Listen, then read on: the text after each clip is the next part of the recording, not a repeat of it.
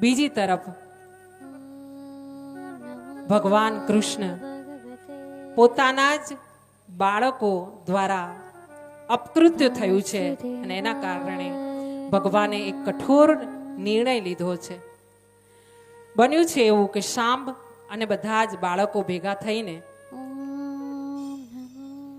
એક ઋષિની પરીક્ષા કરી રહ્યા છે અને પરીક્ષા દરમિયાન કીધું છે કે આ સાંબ જે છે અમારો ભાઈ છે, આ જે સ્ત્રી છે, સ્ત્રી બનાવીને એને લઈ જવામાં આવી છે અને સ્ત્રી બનાવ્યા પછી સાંબને સાડી પહેરાવવામાં આવી છે.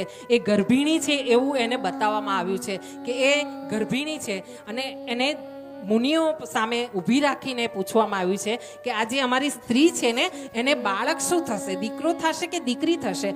આ જે મુનિ છે એ ચાતુર્માસ માટે અહીંયા આવ્યા છે દ્વારિકામાં અને વારંવાર પ્રભુએ સમજાવ્યા છે પોતાના બાળકોને કે એક તો બ્રાહ્મણોને, જો અહીંયા વારે વારે હું તમને બ્રાહ્મણોની વાત કરી રહી છું, કેમ કે ભાગવતજીમાં વારંવાર ભૂદેવોની વાત આવી છે.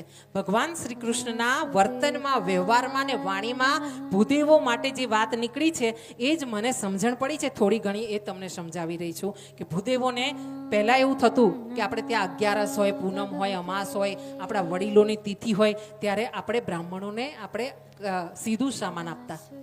તમને યાદ હોય તો હા, હવે આપો છો સીધું? હા આપો છો? અમુક લોકો આપી રહ્યા છો ને, બાકી મને ધ્યાન છે ને ત્યાં સુધી આ તકલીફ છે કે હવે એ નિયમ નીકળી ગયો છે.